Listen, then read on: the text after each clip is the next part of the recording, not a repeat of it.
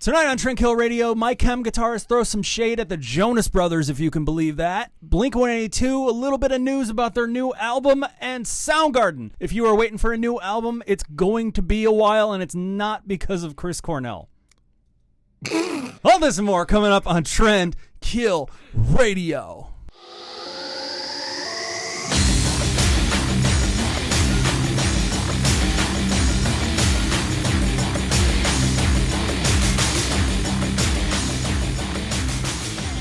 Bow to it.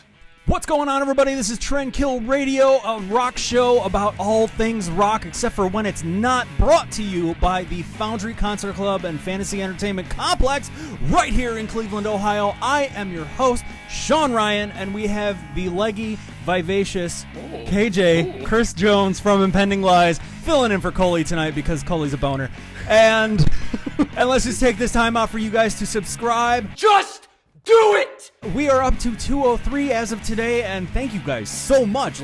Steady climb. Okay, so on to our first story. Let's just get into it right now. We have Joe Jonas. Hey there, girls! And the guitarist from My Chemical Romance, Frank Iero. Can we just discuss how funny it is that the Jonas Brothers and My Chemical Romance are beefing? Kind of like... Can we discuss that why Joe Jonas is on my fucking show? I mean, we can, because that's what we're about to do that, actually. I'm disappointed, but if it weren't for My Chem, this wouldn't be a story. So, real quick, My Chemical Romance in 2013, they broke up, so that's about 6 years ago. After a pretty successful run, very successful run, I'd say. I don't know about that last album personally, but whatever. Destroya is amazing. Is it? That song is my favorite song off that album. I'll have to give it another glance over. Anywho, so about a month or so ago, Joe Jonas had been on some radio show, blah blah blah, and he was saying, "Hey, you know, My Chemical Romance, they're playing in the studio next to me, you guys." Which there was never any validity. It's like, is he completely lying or what? There was a rumor that he started that they were playing next to him and that they were going to get back together, which excited a lot of fans of My Chemical Romance. I thought that was fucking sweet, despite where it came from. But it turns out those rumors were not true. Liar! But that's also like rule number one of the music industry. If you like share a rehearsal studio space, like say like we were at Rock and Roll City Studios, and for instance, Chimera was practicing next door to us, we wouldn't go tell the press that, hey, Chimera, who hasn't played a show in 2 years, is practicing in the room next to us and talking about a reunion. That's like cardinal rule number one. I would. I'd throw him right Your on pig, the your bus. farm. Not your pig, not your farm. Shut up. So Joe Jonas kind of got the rumor mill turning by, I should say churning rather, that by saying during an interview with a Kiss FM breakfast show over in the UK, quote, apparently they're rehearsing in a nearby New York studio next to us, and he went on to add, oh, I thought they broke up. I don't know. It's like playing it aloof. It's like either they are or they aren't. Like, don't try to act like you don't know that they broke up or not. Like, just shut up. Mind your business. Exactly, I know. Mind your business. Why? Mind your business, that's why. Yeah, apparently finally we got a rebuttal from Frank from the My Chem camp about that. He's not too happy with them. Well, last Wednesday, Frank was on the Zach Sang show. I keep on wanting to say Zach Chang. Zach Chang? Zach Chang! Oh, I'm so sorry. Forgiveness, please. Sorry to our Asian American viewers, we couldn't help ourselves. The My Chem guitarist and backup vocalist, he went on to say, and quote, I don't understand why you would do an interview about your band and talk about someone else's band. I think they are trying to rebrand their band, and they are trying to mention as much rock bands as, and trying to get, like, synonymous with other things. And people aren't going to forget that you're a Disney band, bro. Yeah, go fuck up Sorry. go fuck up another guitar solo, you hack.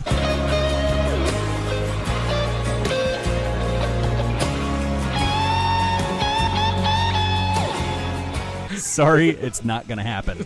It's a stupid story to even talk about. But it's like, but at the same point in time, like, it's not your band. It has nothing to do with any of the things that you're doing. So why, like, get fans of said band that you're talking about excited, being like, yeah, they're practicing in a rehearsal space right next to us. Yeah. Well, I mean, it's common for bands like the Jonas Brothers. They are getting back together, but you don't even care, and we don't. I didn't even know they broke up. But that was.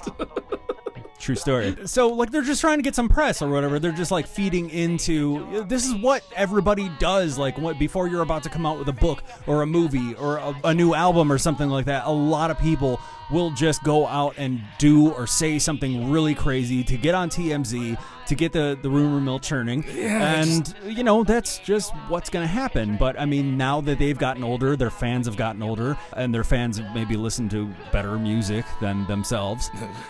Which is not a hard thing to do, Yeah. personally. So, you're just, like, trying to just get out there. You don't fucking talk to me like that! You little piece of shit!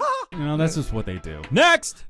All the Blink things. Who cares? Stuff and things. So in Blink-182 news, as most of you that are Blink-182 fans, they are coming out with their second album with Matt Skiba from Alkaline Trio. As well as Matt Skiba and the Secrets. So they are coming out with a new album, and they have titled it 9. 9!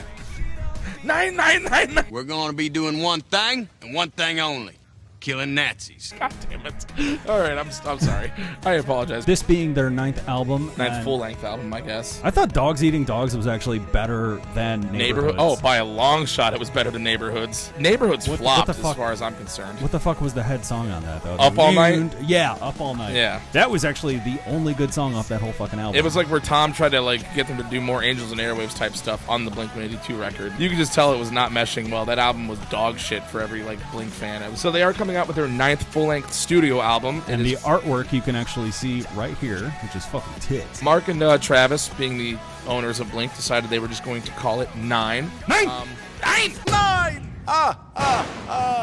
They go on to say... Actually, before you get into that, there was a working title, and I think it was called Bajmir. And if you spell that backwards, it's spelled rim job. Look at the organization here. Clockwise rim job, counterclockwise rim job. You sick bastard. Look at this. Chicks with dicks. And that was supposed to be... See, that's the Blink-182 that I know and love, is just the dirty toilet humor, American Pie style joke fuckery. I know, and there's not going to be any joke songs in this new album. They wanted to be very serious about it. They wanted to bring it back to the era of their self-titled album. This is Coley Colgate's anthem right here. Track 13 on the new album is called On Some Emo Shit. Looking at you, buddy. So Mark Hoppus actually he reactivated his Reddit account. It's been down for a couple years. Yeah, he brought it back out to talk about the new album. He goes on to say, quote, 9 is our 9th album as decided by me and Travis. Some count Buddha, some not. Some count the Mark, Tom, and Travis show, which was their live album after Enema of the State came out and had a great conversation with the devil. If you guys will take off your pants, then maybe I'll be a little bit more happy. I want to have fun with you, but I'm going to have to see your dick. Plural. Some count Dog Eating Dogs, which was their EP after Neighborhoods, which I thoroughly enjoyed. I'm counting Buddha, Cheshire Cat, Dude Ranch, Enema of the State, Take Off Your Pants and Jacket, Untitled, Neighborhoods, California, and now the 9th album being called 9. 9 is also the number of universal love and the number of Uranus. Remember to like and smash that subscribe button or whatever it is the kids say now. End quote on Mark's Reddit page.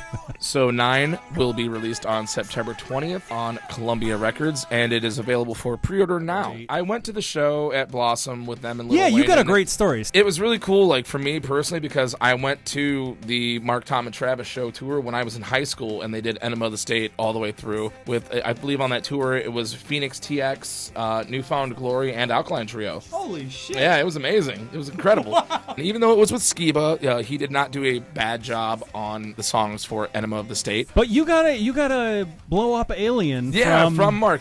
During Aliens Exist, they and their stage crew threw out these giant inflatable aliens, which you can see a picture of me holding it up here. This kid, and I say kid just as a loose term, but this gentleman, or lack thereof gentleman, asshole. There we go. This asshole in a Where's Waldo looking polo shirt tried to steal this fucking thing from me, not once, but twice. What did you do on the second time? The second time, I knocked his ass the fuck out. You got knocked the fuck out! His friend and him ran up behind me, and he bopped me on the brim of my hat to try and distract me, while the would-be second-time thief tried to yank my inflatable alien up from underneath my arm, and I Mortal Kombat uppercutted his ass into oblivion.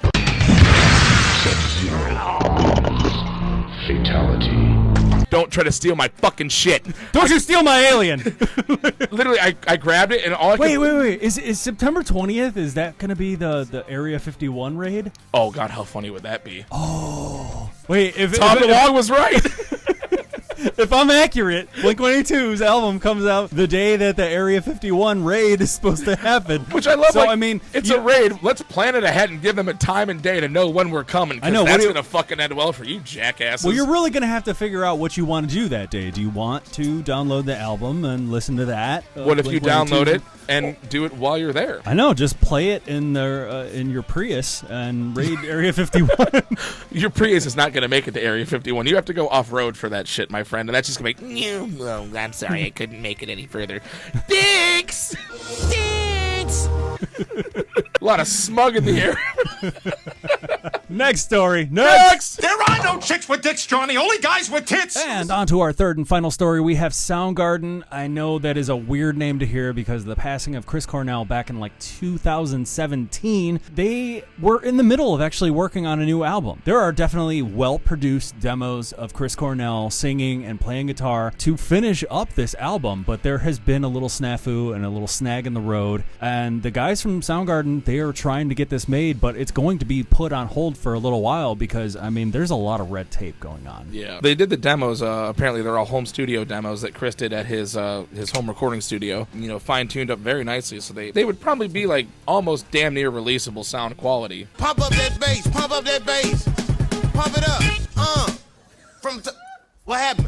Oh. And it's not really clear as to like what the actual holdup is, but there's no mention of a probate case or anything like that. The surviving members of Soundgarden, Kim Thayil, Matt Cameron, and Ben Shepherd, want to finish the album, but they are facing a few roadblocks. Guitarist Kim Thayil goes on to say, right now that's all kind of stalled, admittedly. We tried to get this going 2 years ago, but we're not in possession of any of the demos that Chris was working on with us. We have copies of them, but what we need are the actual files so that we'd be able to overdub and finish the record. We are not in possession of those currently, though. I know, and it really doesn't say where these files are and who actually owns them. I don't know if it's been left up to the lawyers or the family, but someone is obviously kind of holding on to them. Given the circumstances of his death, I'm assuming that he probably didn't put anything in a will saying, like, all my demos are to be done with as such. But I mean, like, Kim has come out to, I think he says something about, like, various people and says, like, how it will benefit everybody. The families, the lawyers, the band, the fans, especially. It sounds like he's willing to work with everybody on I know, he this sounds like he's like, yeah, like, we just want to, like, do this, man, you know? I mean, admittedly, like, you know, clearly he's talking about the ability for this album to make money, to make that money for all the parties involved. I think they just need to reach an agreement where they could kind of... I don't even care about money. Like, if there was one last Soundgarden album, that would be fantastic. I would love to absolutely hear that. And this reminds me a lot of those longtime fans of ours know that I absolutely love Scott Weiland and everything he did with Stone Temple Pilots and Velvet Revolver and Solo and all that kind of shit. He had worked with various 90s stars from members of Orgy and Sugar Ray and like all these people, and they created this band called the Wonder Girls.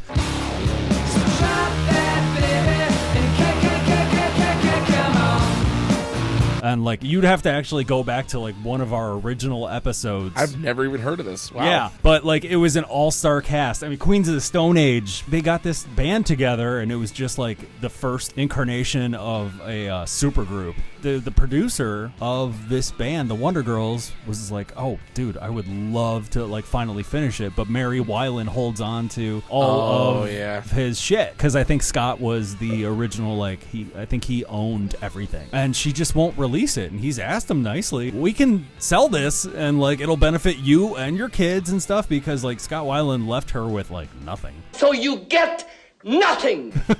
So I mean, I don't know what. God, the music industry is just fucking crazy with just like there is so much goddamn red tape and about it's not everything. It's not even the music industry alone that's like holding these things up. It's like when somebody passes away of notoriety in the music scene, like the probate stuff on this. Like I'm going through a similar situation myself with whatever with probate court and whatever from my father. But this stuff could take decades to get resolved just because of all the court red tape, let alone rights from the record companies and managers and producers and so on and so forth. It's a living nightmare. It really is. I couldn't imagine. It's ridiculous. So Kim had said, you know what, like we would love to get this done, and when we finally get the copies of the demos, the files, we will do it, and there will be a new Soundgarden album out. You know what? It didn't take this long. I just downloaded a couple Hell Yeah songs. Vinnie Paul's his last drummings. Do you say drummings? His last recorded drum parts? Drum parts? Like, yeah. It took him no time. It was just like, oh yeah, no, here it is. There, it's cool. So you guys just finish up this album. Wait for that new Soundgarden album until the red tape gets cut and they're allowed to put it out and get those recording files that they need from Chris Cornell's place. We'll see how that develops. Yes. Okay, and that is all we have for this episode of Tranquil Radio. Reminding you guys that after this one, we only have one more that we're going to be doing for the summer, and then we will come back in the fall after Labor Day, I think. Yep, that's going to be a fun one. Tranquil Radio Summer Spectacular is coming up in 2 weeks. So thank you guys for watching. Please like, subscribe, do all that kind of shit. You can find us on Facebook. You can find us on Instagram. Thank you so much to KJ, Chris Jones from Impending Lies, for filling in for Coley tonight. I am your host, Sean Ryan. With you as always is Garth. You know, Benjamin had you so snowed. And this is Trend Kill Radio.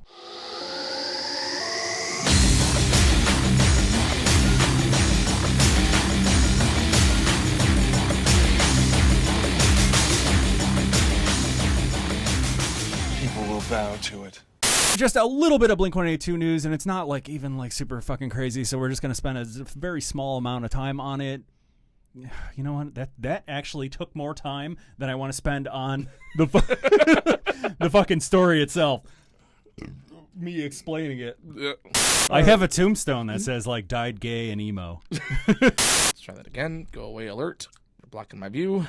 Okay. Did you get a missing child's alert and you just dismissed it? It was a Facebook alert.